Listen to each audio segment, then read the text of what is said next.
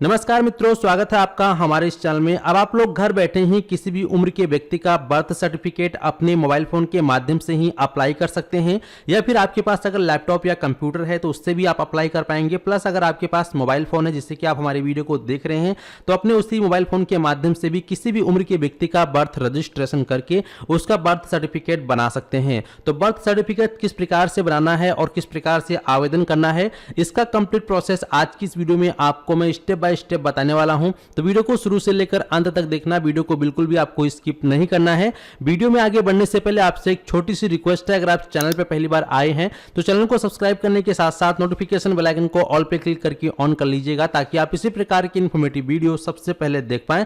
तो अभी सब्सक्राइब नहीं किया तो फटाफट सब्सक्राइब कर लीजिए, ताकि आप लोग आसानी से अपना बर्थ सर्टिफिकेट अप्लाई कर पाएं। तो सब्सक्राइब कर लीजिएगा। सब्सक्राइब करने के बाद अब आपको आना है इस साइट पे।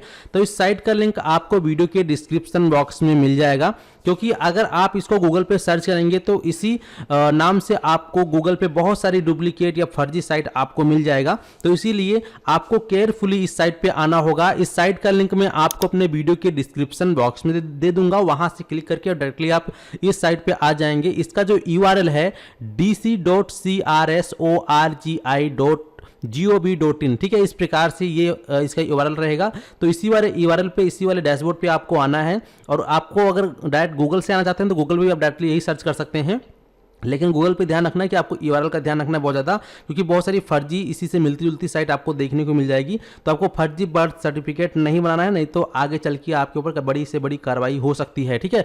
तो अब हम ये जान लेते हैं कि हम बर्थ रजिस्ट्रेशन किस प्रकार से करेंगे। जैसे कि आप देख सकते हैं बर्थ रजिस्ट्रेशन फॉर्म हमारे सामने खुला हुआ है।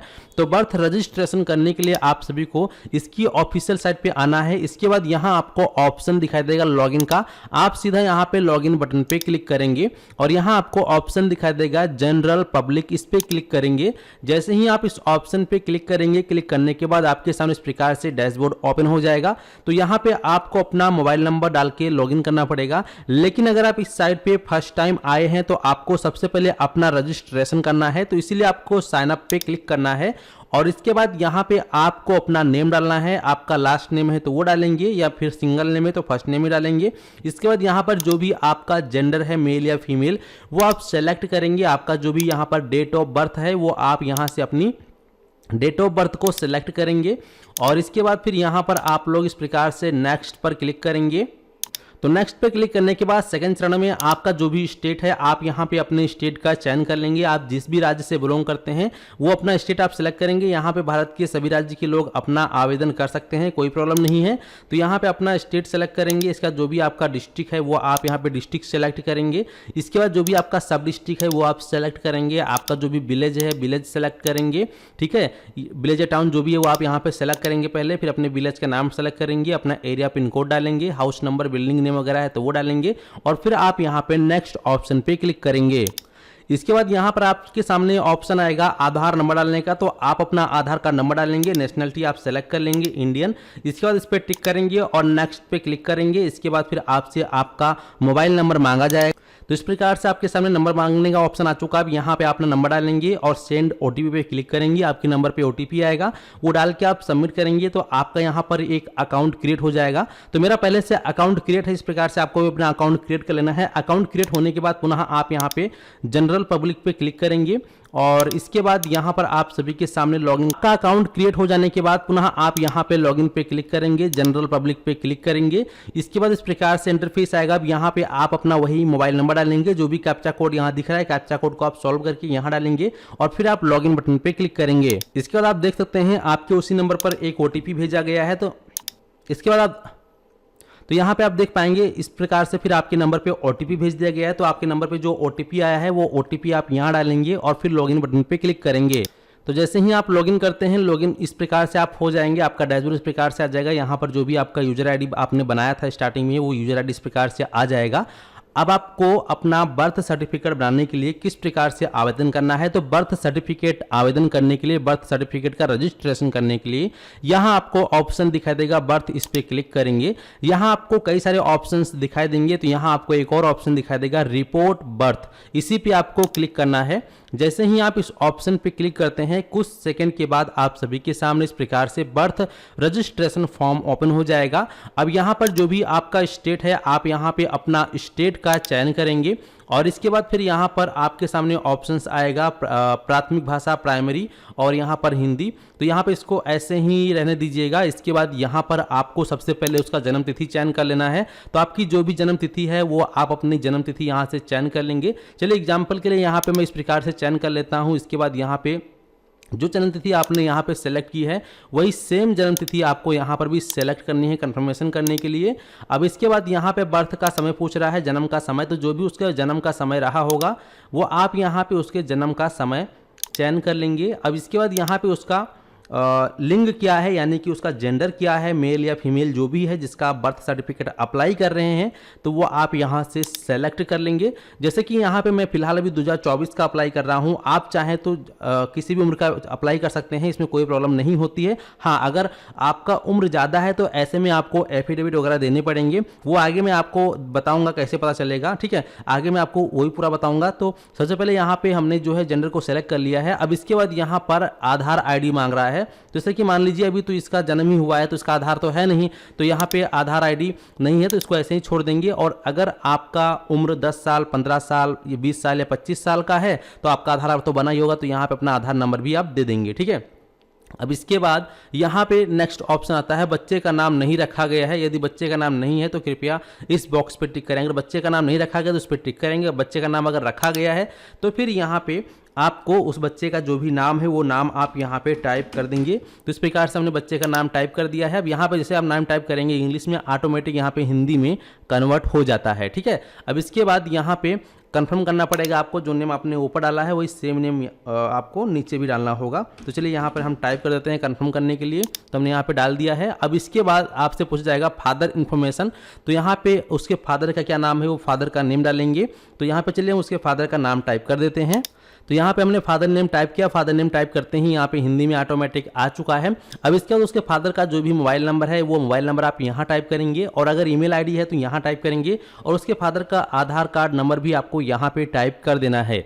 इसके बाद फिर नेक्स्ट ऑप्शन आता है मदर इन्फॉर्मेशन। तो यहाँ पे उसकी माता जी का नाम डालना है, फर्स्ट नेम में फर्स्ट नेम, लास्ट नेम अगर कोई है तो लास्ट नेम में लास्ट नेम डालेंगे, ऑटोमेटिक यहाँ पे हिंदी में कन्वर्ट हो जाएगा। उसके बाद उसके माता जी का कोई नंबर है तो मोबाइल नंबर यहाँ डालेंगे, और उसके माता जी का कोई मोबाइल नंबर नहीं तो आप इसको ऐसे ही छोड़ सकते हैं, या उसके फादर का ही आप जो है मोबाइल नंबर टाइप कर सकते हैं, और ईमेल आईडी है तो टाइप कर सकते हैं, नहीं तो छोड़ सकते हैं। लेकिन यहाँ पे आधार नंबर डालना मैंडेटरी है, तो आपको आधार नंबर डाल देना है, ठीक है।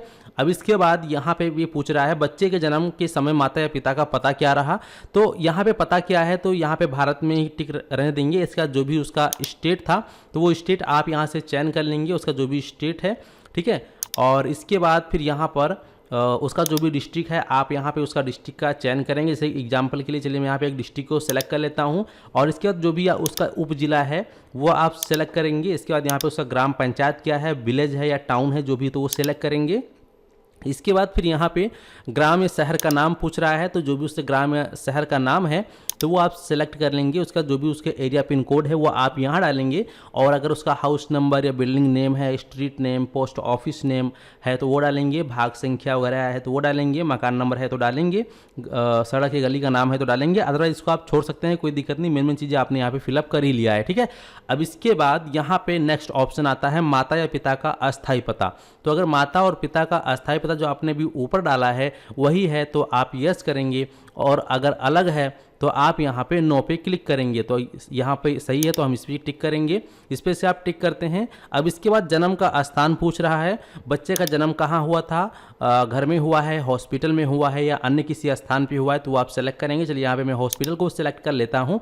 अब इसके बाद यहाँ पे जो है उसका जहाँ पे जन्म हुआ है वो आप यहाँ पे एक बार डिस्ट्रिक्ट उप जिला और इस प्रकार से सिलेक्ट करेंगे। चलिए यहाँ पे वो भी सिलेक्ट कर लेता हूँ। तो इस प्रकार से आपको सही से फिल करना है। एक यहाँ पे हमने ग्राम को सिलेक्ट कर लिया है। ग्राम सेलेक्ट करने के बाद यहाँ पर जो भी उसका ग्राम था या जो भी है तो वो आप सेलेक्ट करेंगे। ग्राम सेलेक्ट करने के बाद यहाँ पे आ जाएगा सेलेक्ट रजिस्ट्रेशन यूनिट, इस पर क्लिक करेंगे तो इस प्रकार से 2 ऑप्शन आएगा। अब इनमें से कहाँ पे पंजीकरण करना है तो वह आप सेलेक्ट कर लेंगे। इस प्रकार से हम सेलेक्ट कर लेते हैं। इसके बाद यहाँ अस्पताल पे क्लिक करके अदर पे क्लिक कर देंगे, क्योंकि और कुछ नाम नहीं आ रहा है। इसके बाद हॉस्पिटल का कोई नाम है तो वो नाम आप यहाँ पे टाइप कर देंगे, ठीक है। चलिए एग्जाम्पल के लिए मैं आपको टाइप कर दिखाने के लिए, तो ये चीज़ आपको ध्यान रखना है, सही सही फिल करना है। अब इसके बाद फिर आप सीधा नेक्स्ट वाले ऑप्शन पे क्लिक करेंगे। जैसे आप नेक्स्ट करते हैं तो आपके सामने इस प्रकार से एक इंटरफेस आता है कि जो आपने डिटेल फिल किया एकदम सही है। तो अगर सही है तो आप यहाँ पे कंफर्म पे क्लिक करेंगे। जैसे ही आप क्लिक करते हैं तो आपके सामने नेक्स्ट पेज आ जाएगा इस प्रकार से। अब यहाँ पर ये पूछ रहा है बच्चे के जन्म के समय माता या पिता का एड्रेस जो है वो क्या था, तो वो आप इस पर क्लिक कर सकते हैं। जैसे इस पर क्लिक करेंगे तो ऑटोमेटिक जो एड्रेस आपने स्टार्टिंग में डाला था वो ऑटोमेटिक यहाँ पे आ जाएगा, और अगर अलग एड्रेस था तो आप जो है अलग से टाइप कर सकते हैं।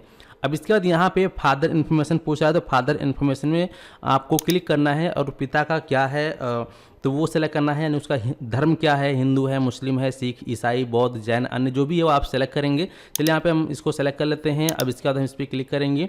अब उसका जो फादर है वो कितना पढ़ा लिखा है, तो जो भी उसका फादर जितना भी पढ़ा लिखा है वो आप सेलेक्ट कर लेंगे। इसके बाद यहाँ पे उसका फादर का व्यवसाय क्या है, वो क्या काम करता है, तो जैसे कोई सरकारी कर्मचारी है या फिर नौकरी करता है तो एम्प्लॉयर सेलेक्ट करेंगे, या खेतीहर मजदूर है वो कृषि का काम करता है तो आप खेतीहर मजदूर या फिर खेतीहर का सिलेक्शन करेंगे। तो चलिए यहाँ पे मैं जो है कृषि मजदूर के अलावा ये अगर है तो ये सिलेक्ट करेंगे। चलिए मैं यहाँ पे नियोक्ता को सिलेक्ट कर देता हूँ। अब इसके बाद उसके माता की सूचना देनी है, माता उसकी क्या है तो भी हिंदू है। इसके बाद यहाँ पे वो कितनी पढ़ी लिखी, तो यहाँ पे ये जो है क्लास 10 पढ़ी लिखी हैं। इसके बाद जो है इनका व्यवसाय क्या है तो उस पर क्लिक करके आप यहाँ पे डोमेस्टिक हेल्पर घरेलू सहायक को सिलेक्ट करेंगे, ठीक है। अब इसके बाद थोड़ा सा और नीचे आएंगे। नीचे आने के बाद यहाँ देखेंगे पूछ रहा है विवाह के समय माता की आयु पूर्ण वर्षों में यदि एक से अधिक बार विवाह हुआ है तो प्रथम विवाह की आयु लिखें। यानी कि यहाँ बताया गया कि विवाह के समय माता की जो आयु थी वो कितनी थी, तो यहाँ पे जितनी भी उसकी आयु थी वो आप सेलेक्ट करेंगे, यानी टाइप कर देंगे। इसके बाद नेक्स्ट आता है इस संतान के जन्म के समय माता की आयु कितनी थी, तो यहाँ पे वो आप टाइप कर देंगे। और इसके बाद फिर यहाँ पे नेक्स्ट आता है माता की इस संतान को मिलाकर जीवित पैदा हुए बच्चों की संख्या कितनी है, तो फिलहाल ये प्रथम बार है तो प्रथम को हम सेलेक्ट करेंगे, 1 सेलेक्ट करेंगे, और अगर 2 या 3 पहले से थे तो उसको मिलाकर आप यहाँ पे डालेंगे, ठीक है। अब इसके बाद यहाँ पे प्रसव के समय परिचर्या का प्रकार क्या था, तो यहाँ पे देखेंगे संस्थागत सरकारी गवर्नमेंट या फिर संस्थागत निजी या गैर सरकारी, तो वो हम यहाँ पे सेलेक्ट करेंगे। इसके बाद यहाँ पे मेथड ऑफ डिलीवरी प्रक्रिया क्या रही, तो यहाँ पे जैसे कि नॉर्मल था या फिर सिजेरियन था या जो भी है तो यहाँ पे हम सेलेक्ट करेंगे। चलिए यहाँ पे हम नॉर्मल सेलेक्ट कर लेते हैं। इसके बाद जन्म के समय वजन कितना था, तो जन्म के समय वजन कितना है वो वजन आप यहाँ पे टाइप कर देंगे। चलिए, और इसके बाद फिर यहाँ पे गर्भावस्था की अवधि कितनी थी तो वो आपको टाइप करना है, जैसे कि 1 वीक 2 वीक होता है, इसी प्रकार से आपको टोटल वीक गिन लेना है। जो आप अल्ट्रासाउंड वगैरह उनका हुआ होगा तो उसमें लिखा होगा इतना वीक, तो वो वीक आप यहाँ पे जोड़ सकते हैं मैनुअली भी, तो उतने वीक आप यहाँ पे टाइप करेंगे। अब इसके बाद फिर यहाँ पे ऑप्शन आता है, देखेंगे नीचे सपोर्टिंग डॉक्यूमेंट में, तो सपोर्टिंग डॉक्यूमेंट में यहाँ पर देख सकते हैं सिर्फ हमें एक ही डॉक्यूमेंट देना है और कोई एक्स्ट्रा डॉक्यूमेंट नहीं देना है। लेकिन अगर आप 1 साल से या फिर 5 साल से ऊपर का किसी व्यक्ति का बर्थ सर्टिफिकेट अप्लाई करते हैं तो ऐसे में वहाँ पे आपको एफिडेविट देना पड़ेगा। तो आप चाहें तो अपने नज़दीकी तहसील में जाकर अपना एक एफिडेविट बनवा सकते हैं बर्थ के लिए, और वो आप यहाँ पे अपलोड करेंगे। तो यहाँ पे चलिए हम डॉक्यूमेंट टाइप पे क्लिक करेंगे और यहाँ पे ऑप्शन है लेटर ऑफ डिस्चार्ज स्लिप और हॉस्पिटल प्रूफ ऑफ इवेंट, ठीक है। यानी कि अगर बच्चा हॉस्पिटल में हुआ था तो यहाँ पे फिर आपको इस ऑप्शन को सिलेक्ट करना है, और जो स्लिप मिला था डिस्चार्ज स्लिप उसी को आपको स्कैन करना है एकदम अच्छे से HD क्वालिटी में, और फिर ब्राउज एंड अपलोड पे क्लिक करेंगे। और इसके बाद जहाँ पर भी वो डॉक्यूमेंट है वो डॉक्यूमेंट आप यहाँ से सेलेक्ट कर लेंगे और इस प्रकार से ओपन करेंगे तो यहाँ पर ये डॉक्यूमेंट अपलोड हो जाएगा। अब अगर कोई और एक्स्ट्रा डॉक्यूमेंट है तो दे सकते हैं, क्योंकि यहाँ पर स्टार मार्क नहीं लगा है तो यहाँ पे ज़रूरी नहीं है।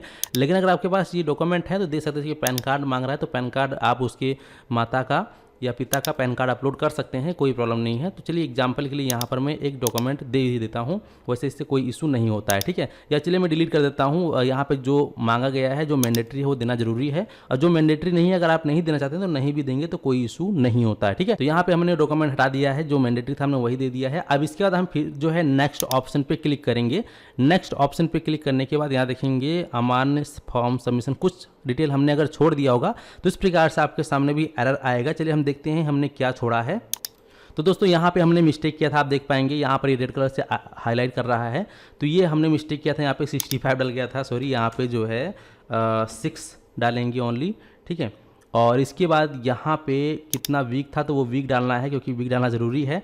और यहाँ पे ये देखिए बोल रहा है please recheck the weight of baby, यानी कि यहाँ पे बच्चे का जो है वजन डालना है, ना कि उसकी माँ का, ठीक है। मैंने उसकी माँ का डाल दिया था, तो इसे आपको ध्यान रखना है, ठीक है। तो यहाँ पे हमने डिटेल डाल के जैसे ही नेक्स्ट पे क्लिक किया, नेक्स्ट पे क्लिक करते ही आप देख सकते हैं इस प्रकार से हमारे सामने एक नोटिफिकेशन आ गया, जहाँ पे लिखा है हमें कोई भी पेमेंट करने की आवश्यकता भी नहीं पड़ी। और यहाँ पे इस प्रकार से इंग्लिश में लिखा आ चुका है। अब इंग्लिश मुझे अच्छे से आती नहीं है, तो इसलिए मैंने इसको कॉपी करके यहाँ पे हिंदी ट्रांसलेट किया है। तो यहाँ पे साफ साफ लिखा हुआ है RBD अधिनियम 1969 के अनुसार किसी अस्पताल या अन्य संस्थान में जन्म होने की स्थिति में घटना की रिपोर्ट करना प्रभारी चिकित्सा अधिकारी का कर्तव्य है। कृपया अस्पताल से संपर्क करें। रजिस्ट्रार ग्राम पंचायत अकोला को सूचित कर दिया गया है। यानी कि अब जो है वहाँ ये इन्फॉर्मेशन चली जा चुकी है। अब आपको 1 हफ्ते के बाद या 2 दिन के बाद या कल ही जाकर आप वहाँ पे अपना मिल लीजिएगा। तो जो भी आपका ऑनलाइन अपने फॉर्म जमा किया है, सबमिट किया, उनके पास पहुँच चुका है, बस वो अप्रूव करेंगे। अप्रूव करते ही आपका बर्थ सर्टिफिकेट जारी कर दिया जाएगा। और अगर आपका उम्र ज़्यादा है, ठीक है, तो ऐसे में आपका एक एफिडेविट लेटर लगेगा। एफिडेविट आप अपने तहसील से बर्थ सर्टिफिकेट के लिए बनवा सकते हैं, बहुत ही आसानी से बन जाएगा। अब जितना भागदौड़ करने की आवश्यकता नहीं होती है, वो आके आपको अपलोड करने पड़ेंगे। प्लस जैसा मैंने आपको बताया सेम इसी प्रोसेस से आपको भी अप्लाई करना है, बस इसमें एक डॉक्यूमेंट एक्स्ट्रा पड़ता है, एफिडेविट आपको एक्स्ट्रा अपलोड करना पड़ता है, प्लस यहाँ पे पेमेंट करना पड़ता है। क्योंकि इसका उम्र कम था तो इसीलिए यहाँ पे इसको पेमेंट करना नहीं पड़ा, लेकिन अगर आपका उम्र ज़्यादा है तो फिर आपको पेमेंट करना पड़ेगा, तब जाके आपका आवेदन किया जाएगा, ठीक है। तो इस प्रकार से आप लोग बहुत ही आसानी से अपना घर बैठे बर्थ सर्टिफिकेट अप्लाई कर सकते हैं। और अगर कोई नवजात शिशु है, 1 महीने का बच्चा है या फिर 21 दिन का बच्चा है, तो आप इसी प्रकार से बिल्कुल फ्री में बर्थ सर्टिफिकेट ऑनलाइन अप्लाई कर सकते हैं। तो चलिए मिलते हैं आपको एक नए वीडियो में। उम्मीद करता हूँ कि आप लोग अच्छे से समझ गए हैं। इसके अलावा कोई और जानकारी चाहिए तो कमेंट सेक्शन में कमेंट करके जरूर बताएं। धन्यवाद।